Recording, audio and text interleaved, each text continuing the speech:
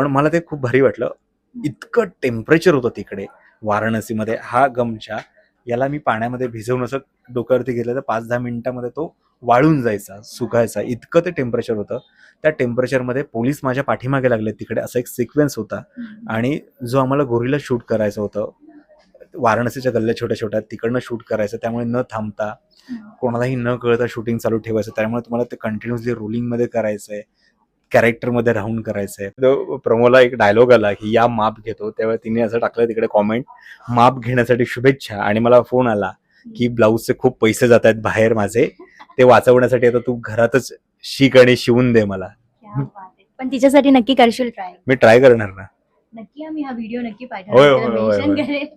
तू mention कर तिला याच्यामध्ये, हरकत नाही. नमस्कार, मी रुचिका बोंडवे. स्टार विश्वमध्ये तुम्हा सगळ्यांचं मनापासून स्वागत. आज निमित्त खास आहे आणि मी आली आहे साताऱ्याला आणि अर्थातच तुमचा आमचा सर्वांचा लाडका देव माणूस पुन्हा एकदा येतोय भेटायला तुम्हा सगळ्यांना 2 जूनपासून. आणि अर्थातच त्यांच्यासोबत छान गप्पा गोष्टी करण्यासाठी मी आली आहे. सगळ्यात आधी किरणदा, मनापासून स्वागत. Thank you so much. खरं तर मी स्वागत केलं पाहिजे तुमचं साताऱ्यामध्ये आणि तुम्ही दुकानात आला आहात, तर मी तुमचं स्वागत करतो सगळ्यांचं. वेलकम. Thank you so much. खरं तर ना 2 महिन्यांपूर्वी आपण भेटलो होतो एका ट्रेलर लॉन्चच्या इव्हेंटला. तर मी तुला प्रश्न विचारला होता की नवीन काय येतं, नवीन काय करतोयस? तू मला एकदाही सांगितलं नाही इंटरव्ह्यूमध्ये की असं काहीतरी पुन्हा येणार आहे. सो एवढं गुपित ठेवण्यामागचं कारण काय? कारण ते मलाच गुपित होतं. पहिली गोष्ट, हे होणार आहे हे मला माहिती होतं. 1-1.5 वर्षांपासून आम्ही या गोष्टीवरती बोलतोय की मला श्वेता मॅमचा फोन आला होता की मोठं काही घेऊ नकोस, घेणार असेल तर मला सांग आधी. म्हटलं काय देव म्हणून आपण करतो. म्हटलं 1 मिनिट, कसं काय करतोय, म्हणजे सेकंड सीझनला त्याला फाशी झाली आहे, कसं काय? तो नाही, आता आपण मधला भाग करतोय आणि खूप इंटरेस्टिंग आहे, तुला माहिती नाही का आपण काय करतोय वगैरे. म्हटलं ओके, आय एम ऑन. आणि मग त्या गोष्टीला परत गोष्ट डेव्हलप करण्यासाठी 8-1 महिने गेले आणि आता ती गोष्ट डेव्हलप झाली आणि आता ती समोर आणली जाते. सो हे खूप प्रायव्हेट होतं असं म्हणणं काही हां. चुकीचं ठरणार नाही. एक्झॅक्टली. इंटरव्ह्यूकडे आपण वळणार आहोत, पण सगळ्यात आधी तुझा एक जिगरी मित्र आहे सो निखिल, त्याचा आज वाढदिवस आहे.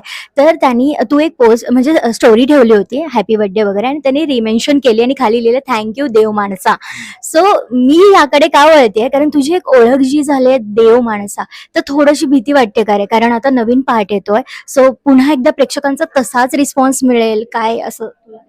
हो, मग ती भीती आहेच आहे. दडपण आहेच आहे. बटरफ्लाय इन स्टमक आहे, ते टेन्शन आहे. कारण पहिला भाग हिट झाला, दुसरा भाग हिट झाला आणि त्याच्यावर हे घेऊन जायचं प्रकरण, हे सगळं आमच्या टीमला दडपण आहे. पण एपिसोड इतके कमाल झालेत. मी 12 एपिसोड वाचलेत आणि जे काही शूट झालेले 2 एपिसोड आम्ही पाहिलेत, शूट करताना जे बघतोय ते काहीच्या काही कमाल झोनचं आहे. आणि देव माणसा बाबतीत मी विशेष असं म्हणतो दरवेळी, ही टिपिकल सिरियल नाहीये. म्हणजे सासू सुनांचा ड्रामा, हिरो हिरोईनची भांडणं असं नाहीये. हा वेगळा ड्रामा आहे. क्राईम, सस्पेन्स, रहस्यपणे हे सगळं उलगडत जात आहे. तर हे बघताना आणि करताना पण तेवढंच टेन्शन असतं. करताना तर जाम टेन्शन येतं आणि इन सोल हे कॅरेक्टर करत असताना खूप त्रास होतो. तर हे मजा आहे आणि मला गॅरंटी आहे की हे वर्कआउट खूप चांगल्या पद्धतीने होईल. पहिला खलनायक असा आहे की लोकांना फार आवडतोय. जेन्युअनली खलनायक कोणालाही आवडत नाही मोस्टली, म्हणजे कॅरेक्टर वाईज म्हणते मी. पण मला एक सांग, हे खलनायकाचं पात्र साकारत असताना तुला काय वाटतं की आत्ता आणि पहिल्या पार्टमध्ये काय असा वेगळा फरक असेल आणि लोकांनी का आपली ही मालिका? वेगळा फरक, गोष्ट सेम आहे त्या माणसाची, कारण तो माणूस सेम आहे.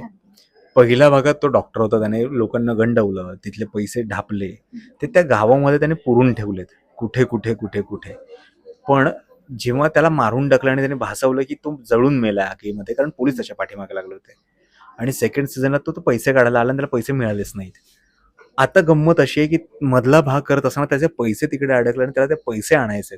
तर हे साताऱ्यामध्ये येण्यासाठी त्याला एक वेगळं रूप पाहिजे होतं, कारण पाहिजे होतं, म्हणून तो एका वेगळ्या फॅमिलीमध्ये आलाय.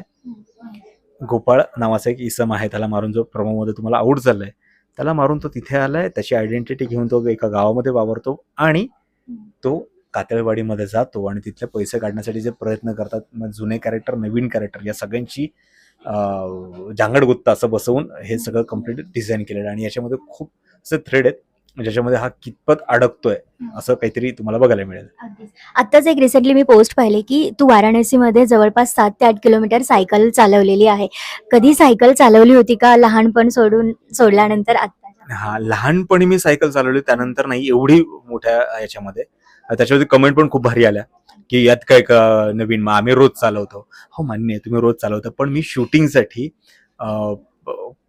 खूप वर्षांनी अशी सायकल चालवली इतकी ही. त्यात काही कौतुक वगैरे असं नाहीये, पण आता सीनचा भाग आहे तो करावा लागतं. पण मला ते खूप भारी वाटलं. इतकं टेम्परेचर होतं तिकडे वाराणसीमध्ये. हा गमछा याला मी पाण्यामध्ये भिजवून असं डोक्यावरती घेतलं तर 5-10 मिनिटामध्ये तो वाळून जायचा, सुकायचा, इतकं ते टेम्परेचर होतं. त्या टेम्परेचरमध्ये पोलीस माझ्या पाठीमागे लागले तिकडे, असा एक सिक्वेन्स होता. आणि जो आम्हाला गोरीला शूट करायचं होतं, वाराणसीच्या गल्ल्या छोट्या छोट्या तिकडनं शूट करायचं, त्यामुळे न थांबता कोणालाही न कळता शूटिंग चालू ठेवायचं. त्यामुळे तुम्हाला ते कंटिन्युअसली रोलिंगमध्ये करायचंय, कॅरेक्टरमध्ये राहून करायचंय. आणि याच्यासाठी एक चढ होता, जो चढ चढत चढत चढत मी साधारण 7-8 किलोमीटर सायकल चालवली असेल. क्या बात आहे. आणि मी एपिसोड मध्ये बघितलं यार, 30 सेकंदाच्या वर लागलेलंच नाहीये ते, असं झालं. फ्रॉड झालाय तुझ्यासोबत हा. आता फायनली.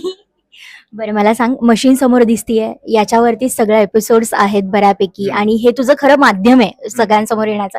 याच्यातलं काय काय माहिती आहे रे तुला, म्हणजे शिकलाय या सिरियलच्या निमित्ताने? मी आत्ता शिकायला सगळी सुरुवात केली आहे. मला आत्ता एवढं कळलंय की इथे दोरा लावायचा आहे, सुई पर्यंत धागा कसा घेऊन जायचं तेवढं कळलंय.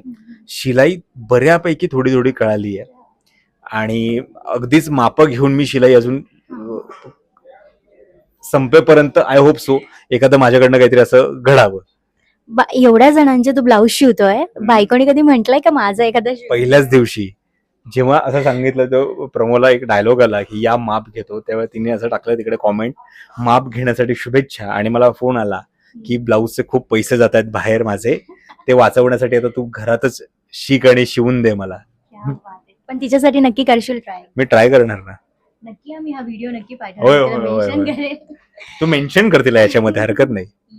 खूप छान वाटलं गप्पा गोष्टी करून. अर्थातच जाता जाता आपल्या प्रेक्षकांना काय सांगशील? 2 जून पासून रोज रात्री 10 वाजता मी झी मराठीवर पुन्हा एकदा भेटायला येतोय. पुन्हा एकदा तसाच थरार घेऊन, रहस्य घेऊन, आणि हे उलगडत जाणार आहे 2 जून पासून रोज रात्री 10 वाजता फक्त आणि फक्त आपल्या झी मराठीवर. थँक्यू.